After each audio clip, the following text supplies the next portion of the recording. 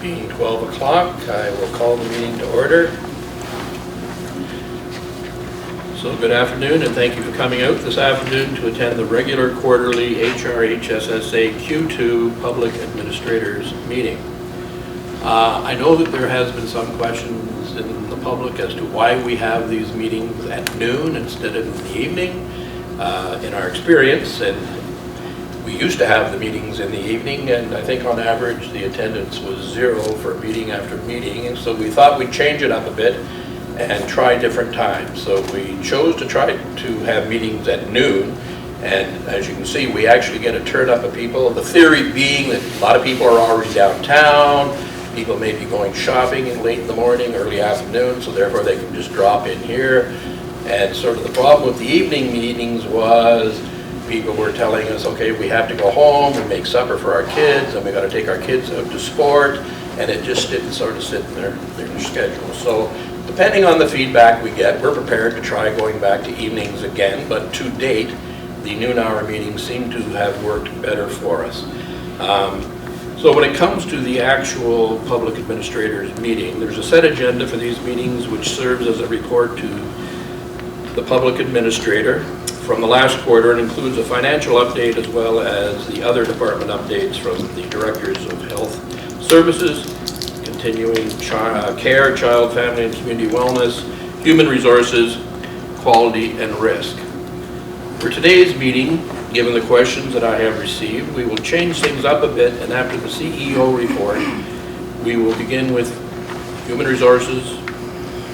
We will begin with child, family, and community wellness, and then we will do human resources. Then we'll take a break. We don't normally go through a question period at this point in time, but I'm cognizant of the fact that there may be more questions than usual, not something that normally comes up at the quarterly meetings. We do these quarterly meetings because it is mandated both by the Act and by regulatory that we report these findings quarterly to the public. So as you can see, Scott Kluche is here today. This is something we haven't done before. What we're going to attempt to do is to record these meetings and eventually do it live, but they will be available and posted on YouTube at the end of this meeting. Is that correct, Scott? All right, sounds good.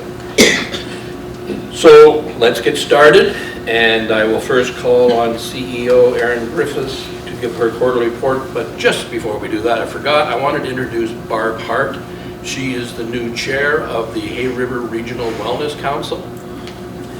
I used to be chair of the Regional Wellness Council, but by the Act, you can only serve up to 6 years, and then you have to take a break. Barb thankfully put her name up. She's been an active member on the Regional Wellness Council for a number of years. The council's role in the community is to hear the concerns of the community and to report directly as an advisory body to the minister. So notwithstanding the fact that the Leadership Council of NTHSSA was suspended for a time, the public administrator of NTHSSA is still holding meetings twice a year with the chairs of the regional wellness councils to address community concerns. And the minister takes a day of her schedule and attends, and will be attending this next meeting in Yellowknife, December 8th and 9th of this year. I know that Barb is hoping to have a regional wellness council meeting before the end of December. So spread the word around. This is the forum by which you can go in and raise your concerns to the community and get a direct link to the minister. Now, unfortunately, at this time, this particular council doesn't have a quorum, although there are a number of people who have applied. We're still waiting for the official appointments from the minister. But regardless, I think Barb is intending to have a meeting anyway so that we can have some community feedback for the December meeting. So there is still, I know for sure, one vacancy on that council. If anyone is in the community that is interested in serving, please put your name forward, and HRHSSA will assist you in finding both the application form and helping you, if you need help, to get the form completed. So with that, let's get started. Thank you. Erin. Thank you, Brian. Good afternoon, everyone, and thank you for joining us today. My report, I believe you'll see behind me. I will not be able to read that, unfortunately, but I will provide some highlights. And again, as we said earlier, once all of the package has been read through, presented, and approved, it will be posted online for folks to read. So I want to start with an update about our current employee initiative, the Reset and Rebuild initiative. It continues to move forward with a number of staff focus groups meeting on a regular basis to develop and test new ideas for change.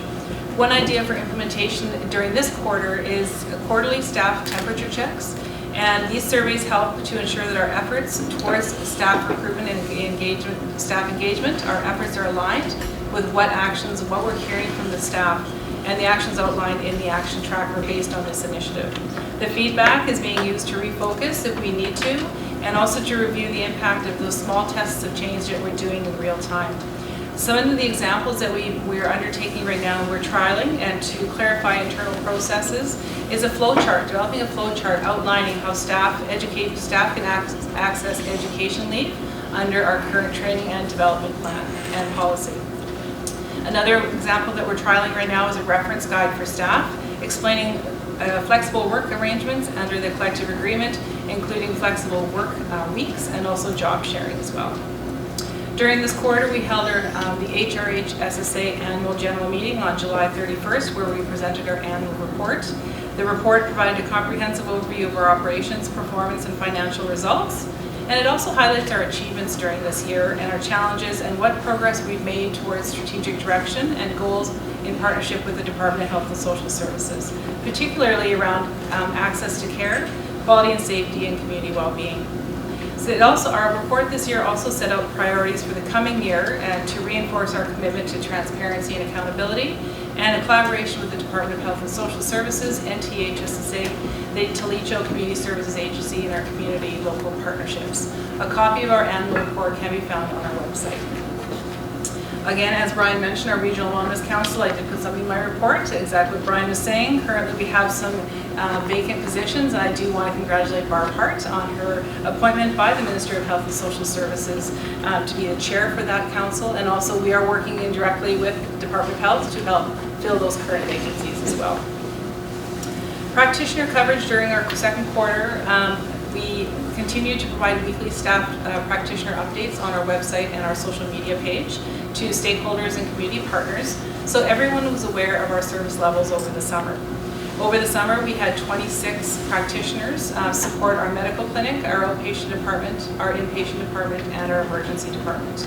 We work closely with HRHSSA as they are the lead for recruitment for physicians for the entire territory. So we work closely with them to maintain either in-person or virtual physician support, so we can minimize any service disruptions that we can locally in community. Our regular updates you'll see on Fridays as well is shared with our Deputy Minister, our Public Health Administrator, our Public Administrator, and our communities of Fort Resolution, Katwadichi First Nation, and Fort Providence, recognizing we do also provide service to those folks in community. During this quarter, we also had a mammography equipment upgrade. So our mammography equipment, our mammography machine was completely replaced at the health center. The construction began on August 5th, and that construction time frame was 8 to 12 weeks was the planned window, and I'm very pleased to say they stayed within that window. The new unit is consistent with technologies and machines across the north, and so which are enhancing quality image, and also reliability and diagnostic capability. So we're all of the facilities within the north that have mammography services all have the same machines now. So there's a consistent approach to maintenance and also vendors. Services resumed after the installation of the machine, and I want to say thank you to our infection prevention and control team, our quality team, and our engineering maintenance team to ensure this project stayed within CSA standards and also safety requirements throughout the entire project. We're also working closely with the other two health authorities in the Department of Health and Social Services on primary health care reform initiative. This is a territorial goal to create a sustainable, equitable, and culturally safe health system across the NWT. The focus of this work is integrated care team model, which would change from a single provider approach, which the system has now, to a team-based multidisciplinary approach. So if you go into the medical clinic, for example, what the future may bring is instead of seeing a physician, you may see a physician within a team of practitioners or a team of professionals. It could be an LPN, it could be an RN, it could be a community wellness worker, it could be the dietitian, but it's a team approach, a team-based approach, a relationship-based approach care for our clients. Right now, there are trialing models of this team-based approach in Yellowknife and in Fort Smith and within the Daycho region and also within the Toledo region. My other update is obviously we want to highlight the support that our team provided to the community of Fort Providence and their health and social services team during the recent wildfire evacuation. Our team worked closely with the Department of Health and HRHSSA and emergency management partners. And our teams help coordinate accommodation, medical care, and logistical support for all evacuees. We ensured that we had continuity of care for all of those evacuees requiring medication and ongoing medical support, and also social support from our social services team and our mental health team as well. In collaboration with Fort Providence, we were very responsive to what those folks needed while they were in our community, and I'm very proud of the team that offered what our team offered and the collaboration between the Fort Providence healthcare team and our team as well. It was a success. Again, as we mentioned earlier too, right now we have a call out for members. We're trying to reestablish the Hay River Health and Wellness Foundation. In September of this year, we have a call out for volunteers who would like to help us in supporting and reestablishing the foundation board with a call out for public volunteers. And the foundation board people did step away, volunteers did step away due to a number, obviously, of COVID, and obviously the community crisis that we've had over the last few years. We really want to reestablish the foundation. It was a very successful foundation. They raised a lot of money for the health center, and we'd like to rebuild that. So you will see a call out for volunteers. Also during this quarter, we have R.J. Simpson as our Premier announced that we have his appointment of a new Deputy Minister of Health, Mr. Alan Doody, effective August 19th. Mr. Doody brings over 25 years of senior leadership across health and social services in the public sector from Newfoundland. He replaced Ms. Joanne Chiquetto, who retired after more than 3 decades of dedicated service to the HRHSSA health system. And so we did extend, and we've invited Mr. Doody down to Hay River for a tour of our facilities and to introduce him to our community shortly, hopefully before the year end. We'll see him in Hay River. My last couple updates include the Healthcare Systems Sustainability Unit. The GNWT released the first deliverables and the role and the function of this unit, which is right now under the EIA, which is the Premier's Office. The recent release includes preliminary findings of the annual report, the progress report for 24-25. And this is the first time that the GNWT has compiled a system-wide costing and inventory of health and social services across the North. Right now they're trying to find an inventory and confirm what services are being offered at what level in what communities. These findings will guide the next phase of their work, which will be defining core services and exploring ways to improve sustainability and efficiency while maintaining access to healthcare. And HRHSSA will continue to be a partner with the 2 other health authorities, the Department of Health and the Healthcare System Sustainability Unit as this work progresses. And my final update, and I wanted to let everyone know, I'm really pleased of, is the GNWT Health Box initiative. As you'll notice in the arena when you first walk in by Subway Hub, there is it looks like a vending machine. That is our new health box. The GNWT, in partner with Nexus, has launched a 3-year health box initiative to improve access and harm reduction supplies.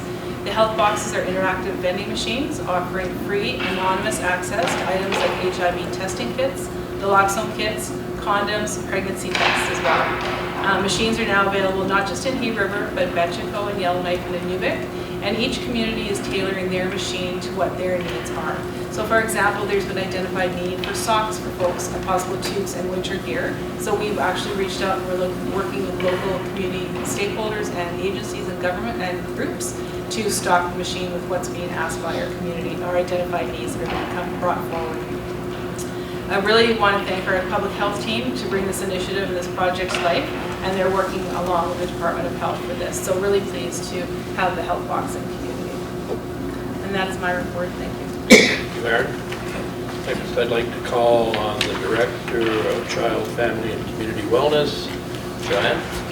Thank you very much.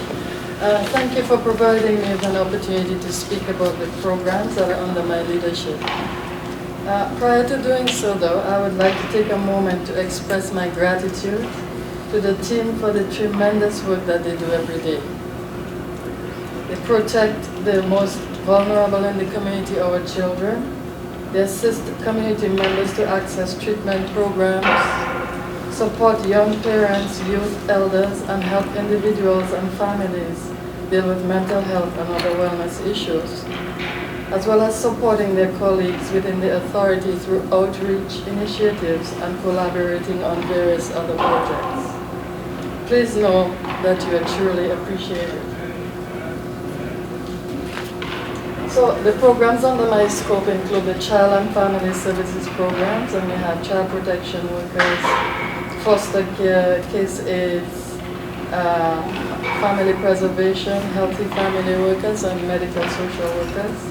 Under the mental health and community counseling, we have the youth counselors, wellness outreach workers, and mental health and addictions counselors. There's also out-of-territory adult, child, and youth case management services that are provided to clients that are unable to live in the community because of their care needs. And our caption area includes Hair River, Enterprise, the Catholic Chief First Nation as well. So the current vacancies, just to give you a picture of what the team looks like at the moment. We have one child protection worker vacancy, and that's because the incumbent in that role moved back home. So we're currently having ongoing interviews to replace the individual. We've got a vacancy for the manager of community health, and we're in the final stages of that competition. So that should be staffed in the new year. And we have one mental health and addictions counselor, and that the recruitment process is ongoing. Other than that, I'm happy to say that all positions are staffed. All other positions are staffed. So I also wanted to talk about challenges or solutions, and the solutions. And when I think about challenges, I think about opportunities as well. For example, in our child protection work, we note that the drug crisis contributes to more children coming into care, unfortunately. And in the last quarter, a lot of our work had to be focused on protection rather than prevention, which is what we really focus on doing, try to work with families to ensure that their families are well and safe. So what we thought of as a solution, we make sure that any situation of risk, we will prioritize the safety of the children. And we have ensured that any child that is at risk because of the community situation, that we provide them with protection. And while we're doing those things, providing protection, we engage families who need support and provide safety where needed. We also see a challenge for more foster homes. And so what we've done, we've launched a campaign for foster homes, did some awareness raising. Erin and I attended a town meeting to talk about what is foster care, why is it needed, how many homes do we need, what are other ways you can support children rather than becoming a full foster home. So these are some of the things that we do. We also increased support to our current foster families, so we had a really lovely dinner for them a few days ago, and we celebrated them during the Foster Parent Appreciation Month. We also launched our Foster Parent Focus Group, and we had people come together and talk about what it's like to be a foster parent, what are some of the supports they need. And we also are planning to do some training, FASD training or fetal alcohol syndrome training in community at the end of the month. The other challenge that we see is that our youth need more support. So because we have limited resources and in order to launch programs we need data, so we do a lot of tracking on the data. How many people, how many youth are coming in, what are their needs, what are the gaps in services and so on, and so based on that we'll be able to put forward a substantive proposal to seek those supports. So the opportunity that we see in those challenges are that we need to focus on supporting families and listening and providing what they need. So in this case, I talked about safety and making sure children and homes are stable. The other program that I thought about highlighting and looking at some of the challenges is our Healthy Family program. That program is dynamic, it supports families and is really well represented. And so we note that there's an increase in the number of families that have talked about dealing with addictions. And so this trend has risen over the years, and so it's become something that we want to work on and support. And so the supervisor decided with support from the organization to do a new program called Hope at Home, and that is a program for supporting families who are in recovery. So she will have this skill that she can utilize to support her staff and her team to support families in recovery in response to the bad situation. We also note that there's families are struggling to access affordable, nutritious food, which impacts on the overall health of individuals and families, as you know. And so the program initiated a partnership with the social services team, which we're all part of the organizational team, to establish an emergency pantry, providing emergency support, food support to families in need. And we're also continuing to explore partnerships to expand those food security initiatives. So the opportunity in those challenges is that we allow the staff to get involved in innovative and creative solutions.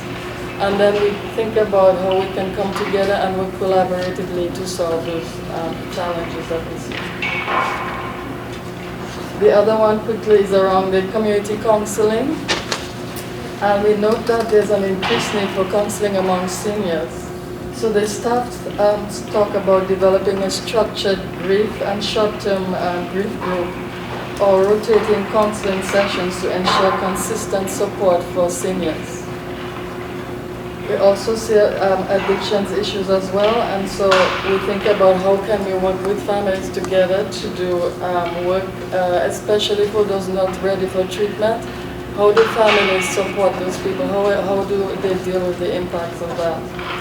So our opportunity here is to look at working with families where they're at. And I wanted to take a moment to just give you a sense of the team activity over the last quarter. And when I looked at it, I thought, wow, we are really doing quite a bit, we're busy. So in the child protection team alone, and this doesn't include all the activities, but we had 131 activities related to screening, intakes, and file management. So that's just a little portion of the work, so there's 131 of those activities related to that. Our case aid supported 108 supervised visits over the last quarter, and we have one. There were 118 touch points done by the youth transition worker. We have 14 families engaged with family preservation. Our Healthy Families team did 145 family visits and 132 children were served. In the community wellness program, 347 client sessions were booked, and we had 103 new referrals. And 77 of those sessions were related to addictions. And our medical social worker had workers, we had 2 of them, we had 67 touch points. And I'll give you just a couple of our good news stories because I think my time is almost up. So we,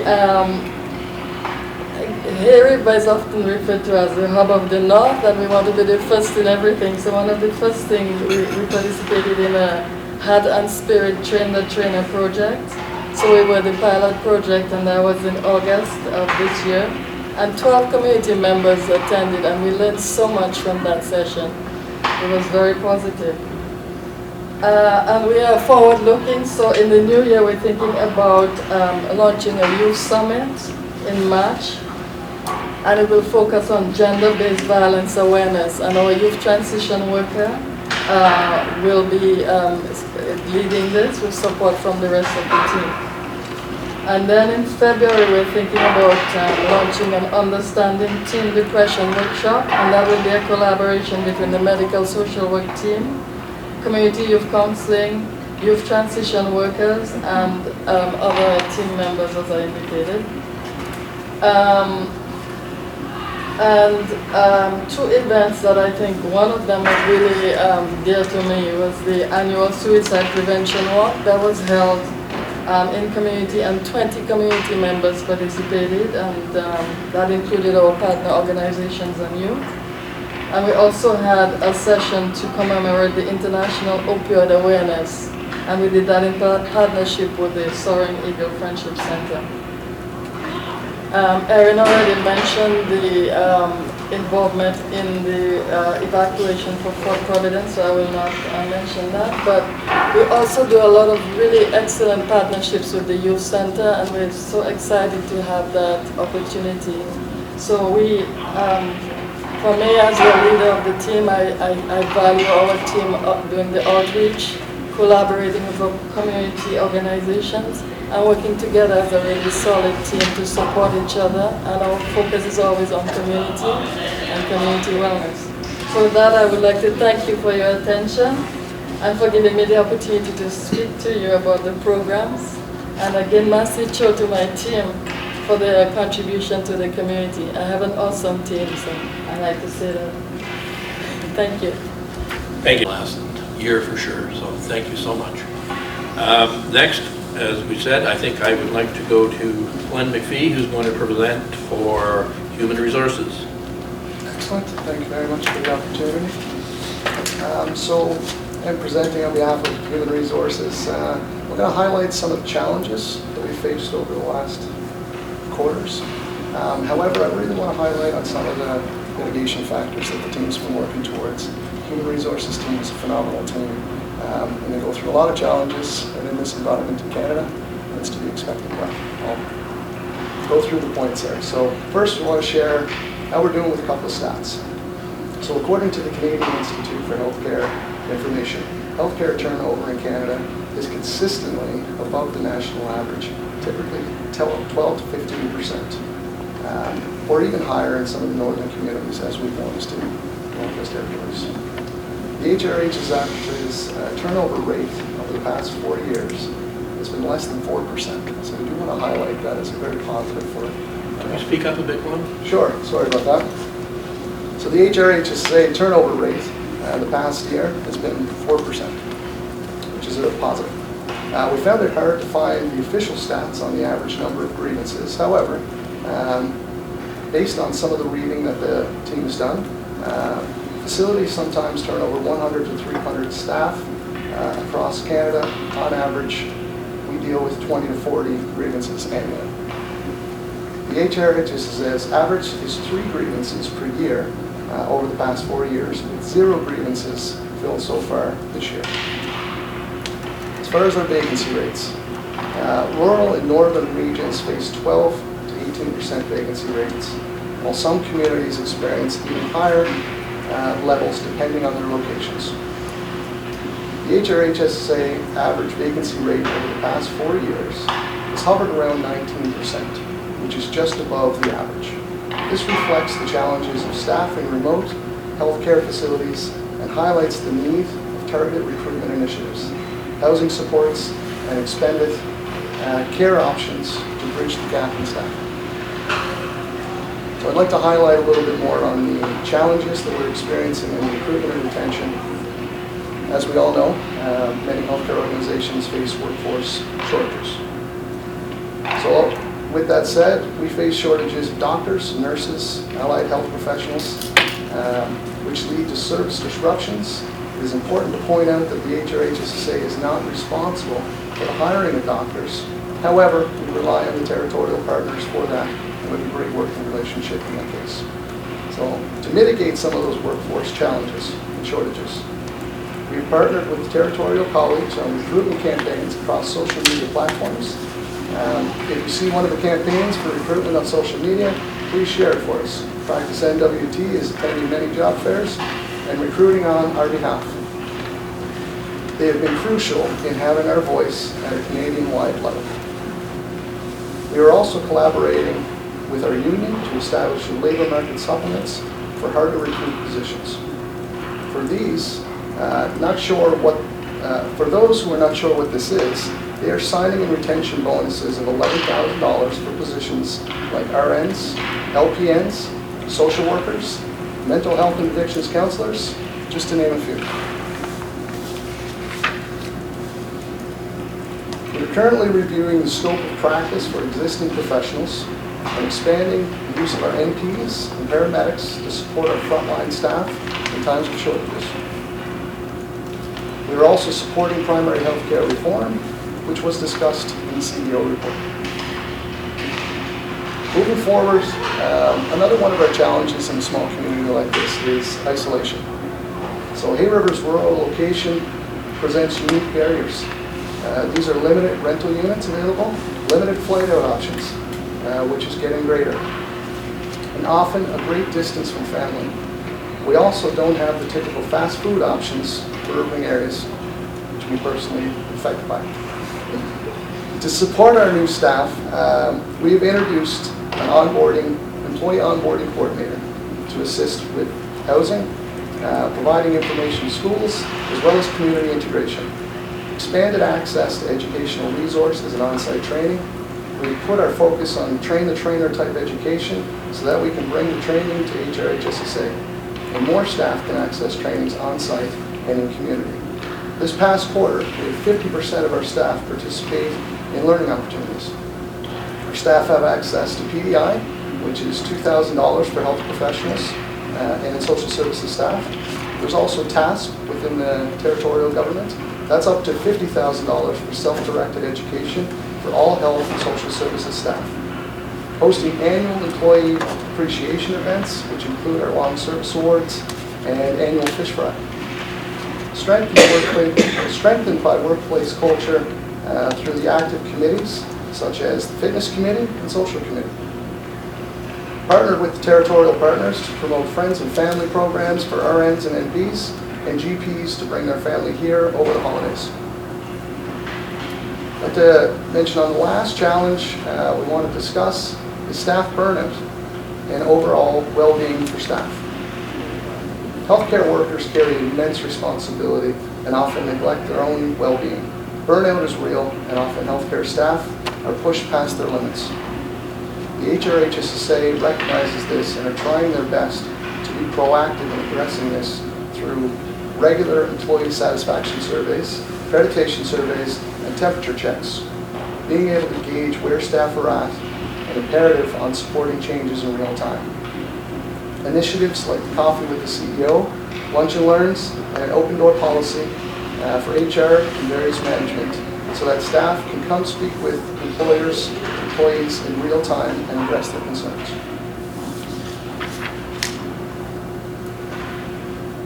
We have exit interviews to gather feedback from department staff. The most departures linked to retirement, family reasons, or career advancement, while stress-related reasons remain a challenge. We are committed to listening, improving communication, and acting on feedback received. It was recommended through one of the Reset and Rebuild groups to introduce stay interviews. So we're very, very much looking into that. Looking at alternate work options, which involve working with our union during negotiations to develop improved job sharing language in our CA, collective agreement, for the acronyms. We implemented a remote work policy and are also looking at ways to be more flexible with our scheduling options. While this is often more difficult to offer in healthcare settings, we are actively working with management and staff to discuss these options and see where they can work, without jeopardizing services, of course. So these challenges are real, they're opportunities as well. We are continuously seeking feedback and exploring ways to make Hay River an attractive place to live and work. So some of our plans moving forward. We're continuing with our judicial scans on where we fare on other jurisdictions. Jurisdictional scans, I should have said. This includes aligning our JDs, job descriptions, and ensuring that our evaluations are aligned with our territorial partners. trying new interview tactics. So recently we held a pop-up interview fair in September, to which was interested candidates could come and speak and have an interview on the fly. These positions they were interested in for support services. We successfully filled 8 casual positions during this intervention transaction. We are looking to add up interview fairs at other locations in the future, continue our expanded summer student positions. We had 11 students this past summer, which is one of the most we've had in recent years. Promoting and encouraging our high school kids to join the HRHSSA via our Take Our Kids to Work Day. Increasing our presence via LinkedIn and other social media platforms, and proactively reaching out to candidates instead of waiting for professionals to reach out to us directly. Promoting good news stories, which include our volunteer appreciation, student appreciations, and promoting our staff via profiles and social media. Continuing to attend the Aurora College Research Day, where personal outcome support worker positions, RNs, LPN students are offered information on preceptorships and living and working in the area. We've attended this for the last 4 years. Having a voice at local and Canadian job fairs, we attended the Kaladichi First Nations Job Fair, the Community Health Fair, the West Coast Virtual Job Fair, just to name a few. So I'd like to finalize this with the fact that Hay River is a beautiful community. Many of us have been here for years. So despite the national healthcare challenges and our local community challenges, we do have a lot to offer. We want to acknowledge and thank the HRHSSA staff who show up every day and ensure our community has access to quality care. And I'd also like to take an opportunity just to really highlight the fact that our HR team, consisting of four folks, are absolutely incredible. They work extremely hard every day to ensure that we can maintain services in our small community. Thank you, Glenn. I had committed to opening up to some questions, and I will do that. Just a couple other facts that I wanted to put out there in terms of doing a jurisdictional review. Hay River is a small community with about 3,500 people. I think we hired just under about 300 people. So 10%, I guess, of the community work for HRHSSA. So every one of you, I'm sure, has a family member or close friend or relative that works for the hospital. It's a small community. So in 2025, the Canadian physician shortage was 22,823 physicians, and in 2028 is projected to be 44,000. Currently, there are only 3,000 training spots per year for physicians. Also currently, 92% of physicians work in cities. That leaves 8% in rural and northern settings that everyone is competing for. So I just put that out there because I think it's important to understand the context of the challenge.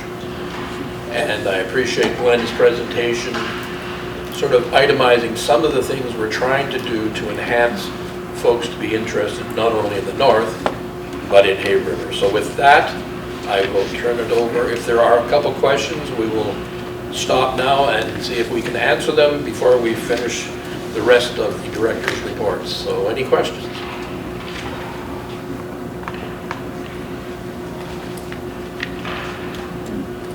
Okay, seeing none, we will have a short time at the end of this presentation to ask if there are any questions again. And with that, our next report will be finance. Sabina, thank you. All right, so I will start with our with the financial update. So as of September 30th, we reported a surplus of $533,000 above the budget, excluding restricted funds that has to be repaid.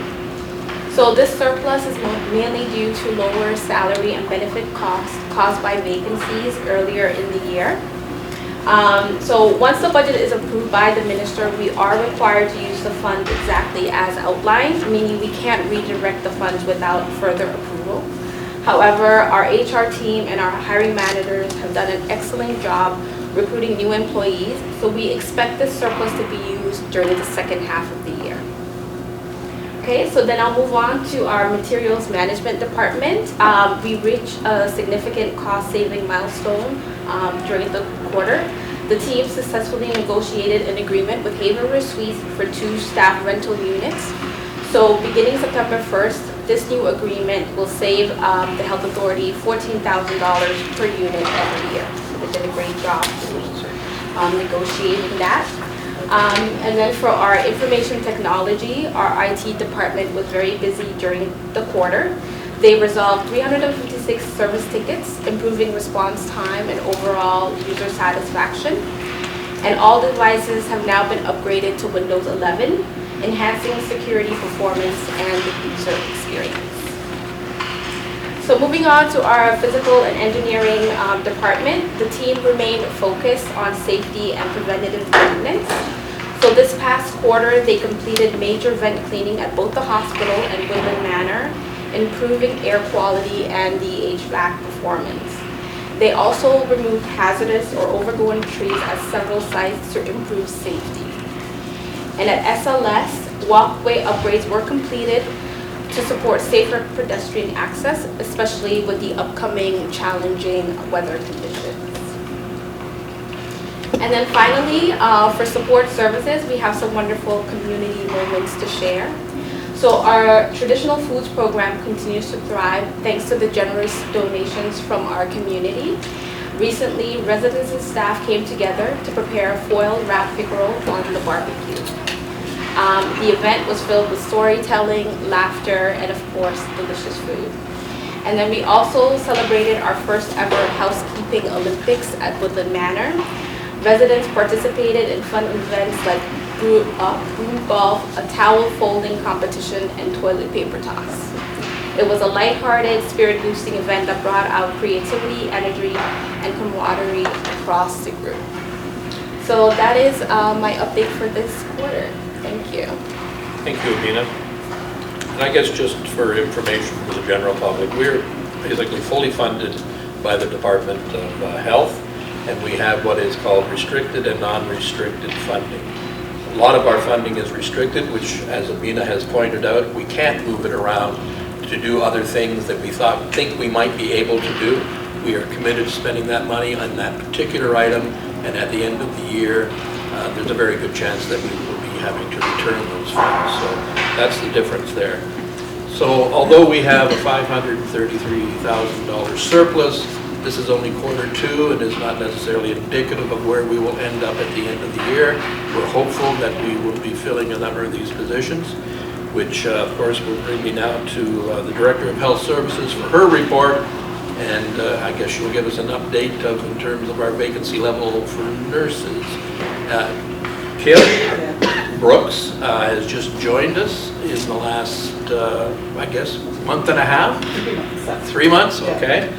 Very happy to have Kim here. Kim actually was in Hay River a number of years ago and worked for HRHSSA many, many years ago. So certainly very welcome back. So I'll turn it over to you, Kim. Thanks, Brian. Thank you very much. Thank you to everyone coming out today. We appreciate your support. Just for context, this report for me is very operational, very numbers-based. It actually is really only 6 weeks of me being on the ground in Hay River, so a good portion of quarter two I was actually not a part of. But the teams have done some amazing work, and our service levels have maintained all throughout that time. Really, what I've been focusing on since I started is working with the leadership that reports to me, the managers and supervisors, to fill some of those strategic gaps. We currently only have about 3 nursing vacancies at the moment. There's been a lot of recruitment initiatives, and hopefully by the end of the next quarter we'll have even fewer than that. We also have been working in other more specific areas such as diagnostic imaging. So we have some interviews coming up for some of these very difficult and hard to fill positions. So I'm very excited about that. I've also been working closely with our territorial partners with respect to the primary healthcare reform and with our local leadership and our local partners here to try and address some of the community concerns with respect to the drug crisis that we're facing, not just in Hay River, but definitely local initiatives that we're working on here. Aaron mentioned the mammography unit is up and running now. We're currently finishing off the final stages of commissioning for that, and that'll happen later this week. And I think that's really about all that has already been mentioned. So, thanks, Mayor. Thank you, Kim, and welcome back. Thank you. Next, we will go to the Director of Continuing Care. Dale. Right. So I'll start off with a report from the Woodland Manor. So in July began on a high note with several residents proudly taking part in the Canada Day Parade. They decorated the vehicles themselves, and the joy on their faces truly said it all. Their enthusiasm was contagious and brought smiles to everyone watching. Throughout the month, we continued with our regular in-house church sessions, and our recycling program remained strong. Recycling efforts helped support the recreation program, and the residents were proud to raise $600 through their hard work. A major project for the month was Christmas in July at the Fisherman's Wharf. Residents and recreation staff spent many hours baking treats for the fundraiser, and their dedication paid off. We raised $800 for the recreation fund. In addition, Supported Living hosted a community inclusion barbecue open to residents, hospital staff, and community clients. It was a wonderful opportunity for our residents to connect with others outside of the manor. The day was filled with laughter, smiles, and full bellies. Of course, our regular bingo and crafting sessions continue to be favorites among the residents. We also took time to do some housekeeping around the manor, which led to a successful yard sale. Residents enjoyed selling items they no longer needed while engaging with members of the community. To close out the month, the recreation room and storage sheds received a thorough cleaning and reorganization. It was a very productive and fun, busy July.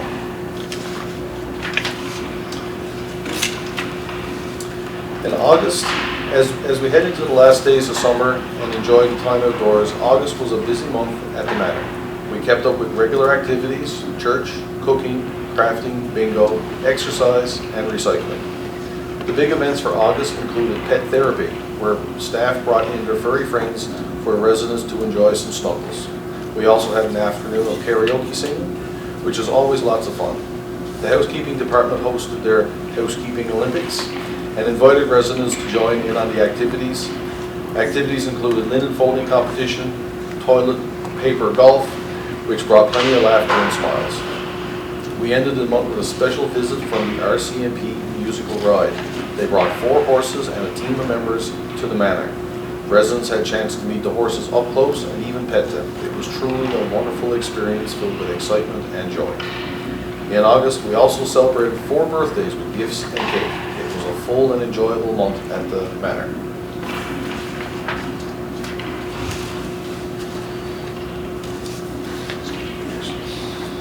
September, the extra warm days this fall have been a blessing for our residents. Many enjoyed peaceful moments outdoors or by the windows, taking in the beauty-changing colors of the season. September was a bit busy and fulfilling month. We continued with our regular activities, church services, cooking, bingo, crafting, exercise, and recycling. Our highlight event was a visit from Jennifer Buckley, who led a fall wreath-making workshop that everyone thoroughly enjoyed. A photographer also joined us to offer a passport photo session, which was great. Following the fun of August Housekeeping Olympics, residents were treated to a pizza party as their prize. We also hosted our quarterly resident council meeting to open to residents and their families, providing an opportunity to share updates, feedback, and suggestions about life at the manor. After the meeting, everyone was invited to enjoy a fish and chip dinner, which was a big hit. Fresh fish is always a great treat, thanks to our dietary staff. To mark National Truth and Reconciliation, some residents attended events at the Soaring Eagle Friendship Center, while others participated in activities here at Woodland Manor to honor the day. We also celebrated 4 more birthdays in September, complete with music, cake, and thoughtful gifts. Supported Living Services, the SLS residents had a vibrant and memorable summer, filled with exciting experiences and community engagement. A major highlight was a series of road trips, first to Fort Smith, followed by a weekend getaway to Yellowknife. These residents enjoyed shopping, attending local events, and reconnecting with family. Throughout the regular day program, residents participated in a wide range of activities, including swimming, nature walks, themed arts, and crafts tailored to individual abilities, also video game days, movie nights, and structured exercise programs. Summer was also full of special events. Residents enjoyed the local carnival, some embraced the thrill of the rides, while others had fun winning prizes. proudly entered a float in the Canada Day Parade, attended the fire ceremony of Old Village for the National Day of Truth and Reconciliation, took part in heydays and Pride Week activities at the beach, participated in the community garden barbecue, and went kayaking on the lake. SLS hosted 2 successful community events, a hot dog fundraiser in August, and a well-attended barbecue in support of Inclusion Pride Month. Over the summer, 2 new community clients joined our day program.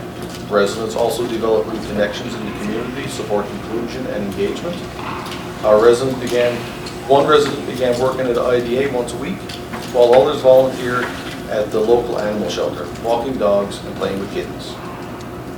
Our staff have also had a productive summer. We held 2 nonviolent crisis intervention courses, bringing the team's certification rate up to 95%. Additionally, 1 team member attended the Train the Trainer for elder abuse education. To close out the season, an end of summer staff barbecue potluck was held, offering an opportunity to relax and celebrate the team's efforts. Our home care team continued to work hard to meet the home care needs of our community, which includes Enterprise and Katladechi First Nation. We got a number of admissions to the home care program, qualified discharges once clients' needs have been met. We care for clients with a variety of needs, including acute post-hospital care, long-term placement, chronic disease management, and palliative care. Our staff has also continued to work hard towards completing the required mandatory training. It's on one of our graphs there. And in the continuing care department, we have a total of 6 vacancies right now.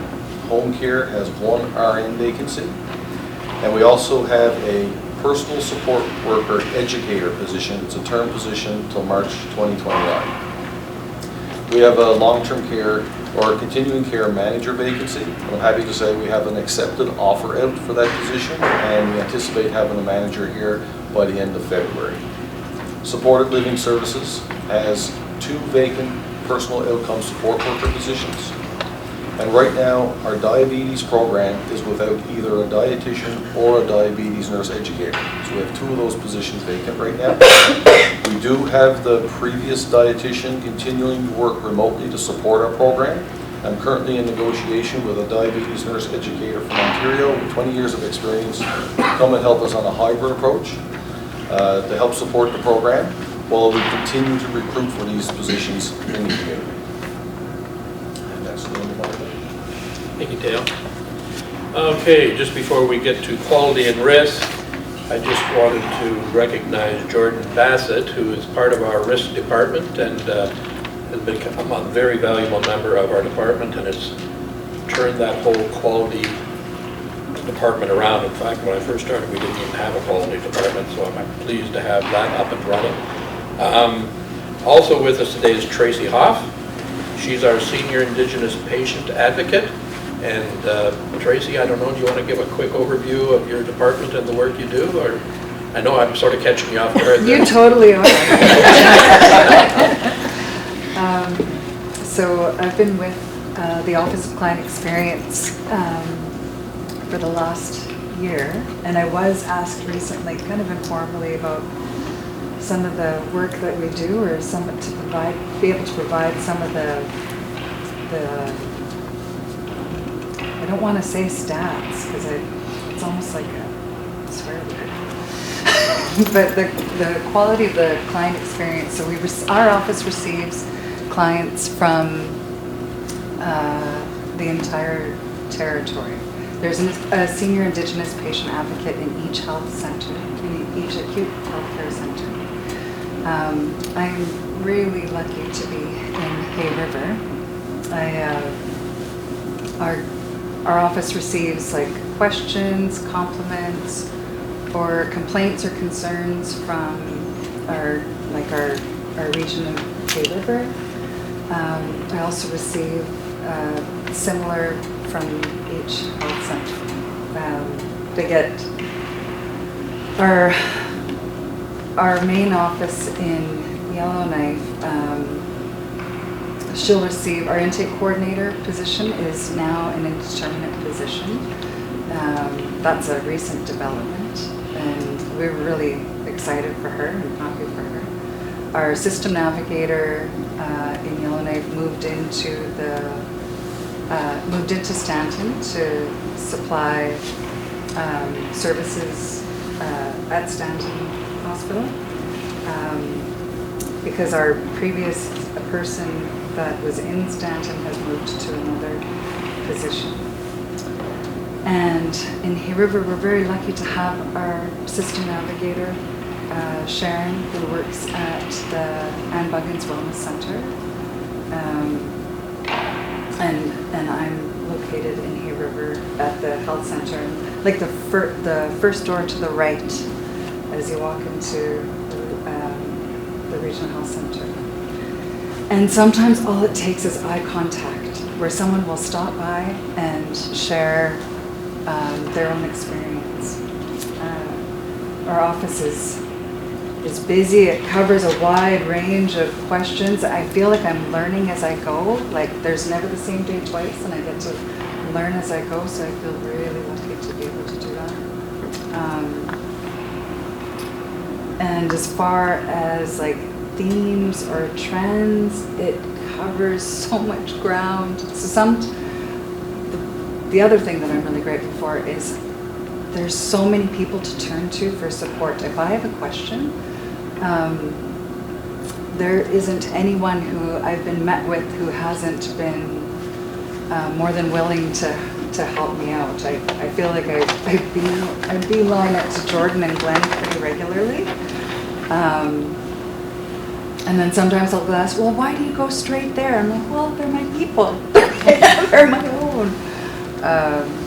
But there's a team of people. I can pose a question to everywhere where I walk throughout the health authority. I can pose a question and someone is very quick to meet me where I'm at and help me help the person with whatever it is that they're looking for. So I hear, as much as I hear there are many concerns, I also hear really caring responses, and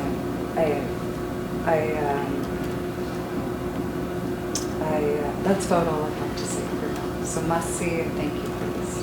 Thank you, Tracy. Certainly have become an important member of the team and works very closely with both Glenn and Jordan in the quality department. Really excited to have this position here, and it's been a long time coming, and you're doing some great work, so thank you very much. Glenn, to you again. Sounds good. Again, thank you folks for allowing me to speak. I'm incredibly proud to be the quality risk manager for the HRHSSA. My team is just flying on all cylinders all the time. So as the public administrator already mentioned, I told Jordan I wouldn't say her name, and I'm going to say it as well because we already said it, but Jordan, Tracy, we have a small but mighty team. We're doing some incredible work and working with the territorial QRMs as well. So I'll go through a couple of highlights that I'd like to report out on. So as part of our team, we handle the incident management for the HRHSSA, and incident management is done through the RL6 system. The system is a territorial system, so we work very closely with all regions in the Northwest Territories, and that helps us build a little bit of trend analysis and get a better scope as to what's actually happening within the territories and not only within the HRHSSA. Specifically, HRHSSA, in Q2, we saw 95 incidents documented and investigated across our hospital. So what RL6 continues to do is it brings the territorial system together.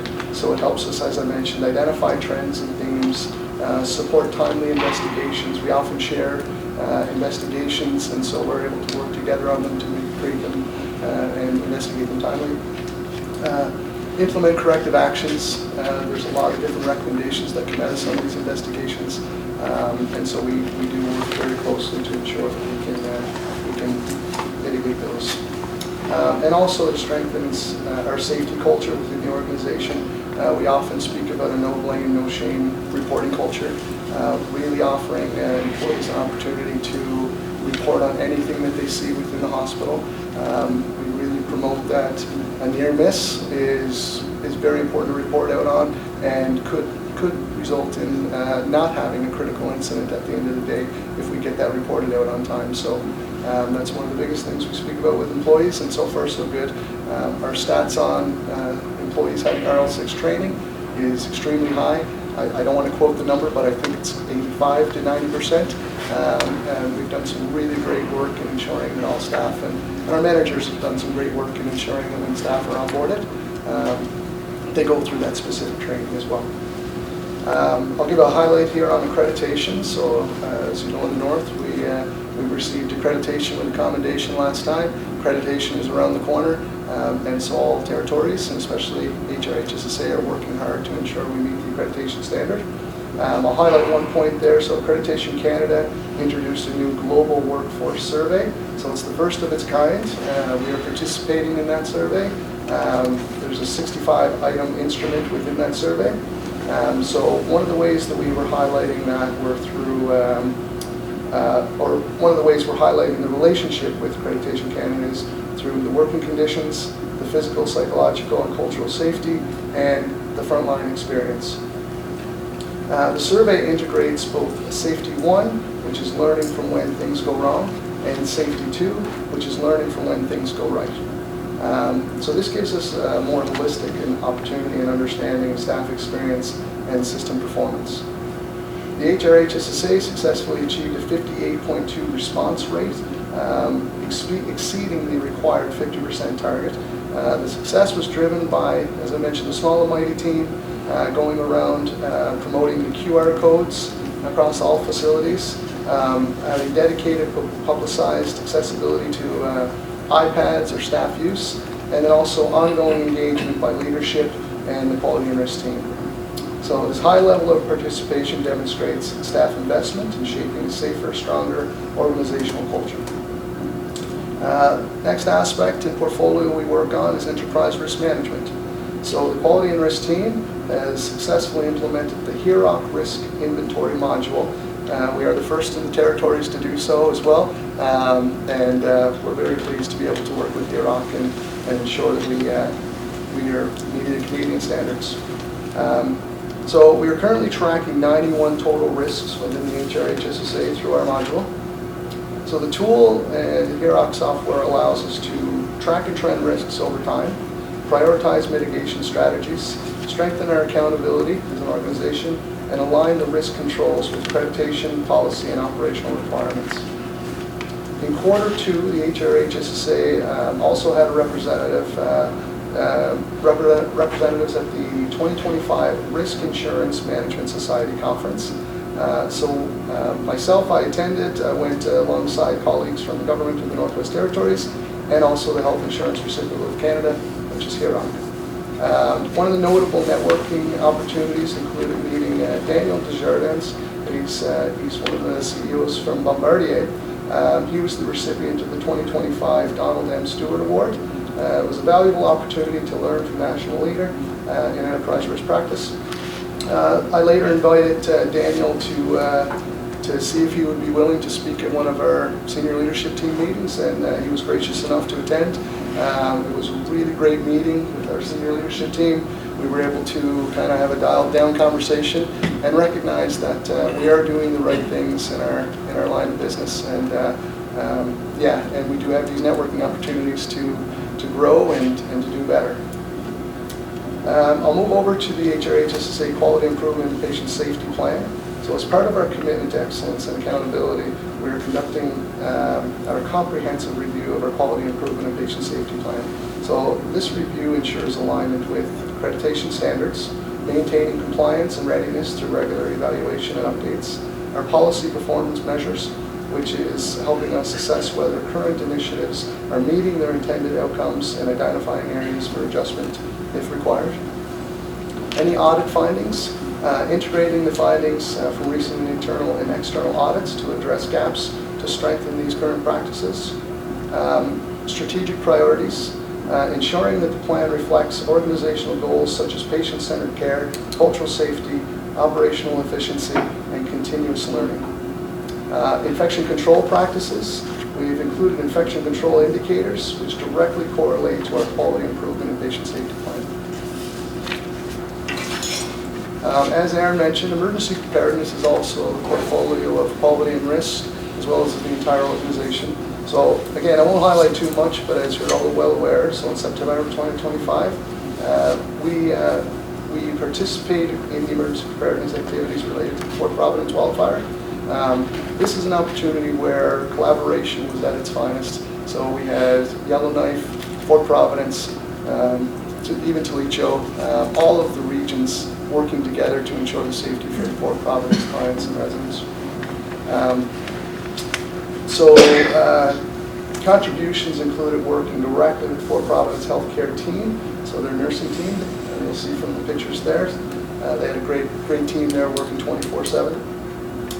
The event reinforced the essential role of preparedness and cross-authority collaboration in maintaining safe continuity of care during emergencies. Next highlight, I'd like to highlight our infection prevention and control. So happy to report in this particular quarter, there was no outbreaks for quarter 2.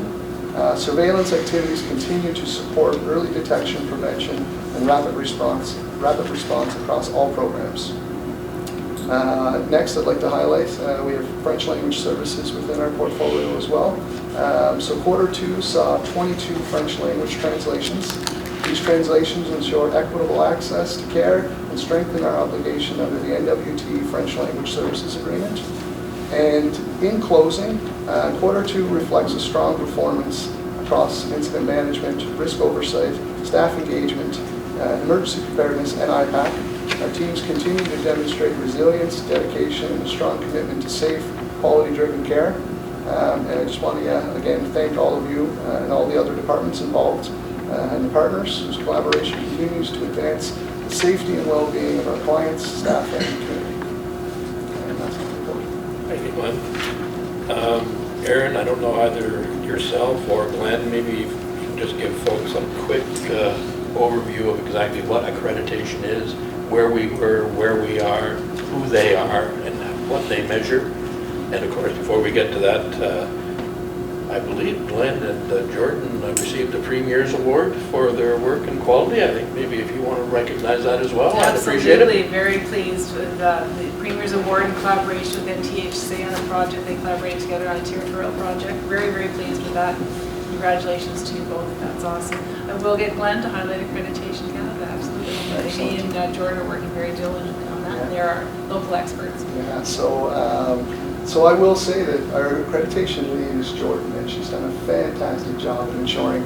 So when Jordan came on board a few years ago to join our one-person quality team at the time, it was absolutely needed and required. And what she's done with the program has allowed us to become accredited with commendation, which is a little step up from just your regular accreditation. So what accreditation is it basically is the standard of healthcare within Canada, and it ensures that all healthcare organizations are working towards that standard.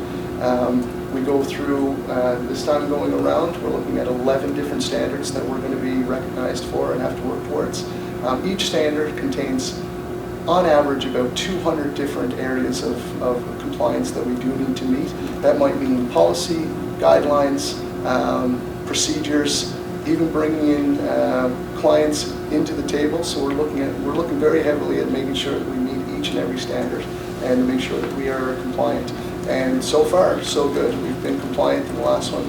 As I mentioned, with accreditation, we take it very seriously. We understand the importance of accreditation, and we understand that fitting the mold within healthcare organizations is extremely important. So this is why we strive so hard to network with areas all over the country, and network with creditors, and network with the folks that can help us to meet that Canadian standard, even as a small organization.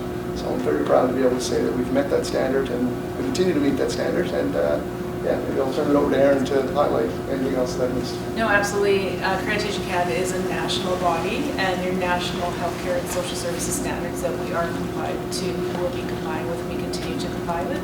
And we have always been an accredited facility and organization since the 1998 is our 2002 actually was since then. So really, really proud of the fact that we continue to keep our accreditation status throughout our business. Thank you very much. That concludes our reports. I need a motion to accept the minutes of the last meeting of August 15th, 2025. Moved by Glenn, seconded by Joanne. Any business arising from those minutes? Seeing none. Any new business? Seeing none. Just before we get to the notice of the next meeting, is there any questions from anyone in the audience? Okay, seeing none, thank you all for attending. The next meeting of the public administrator will be February 26th. The date to be determined, but of course we will, as we always do, advertise both on social media and on the HRHSSA website. And with that, we are adjourned. Thank you very much.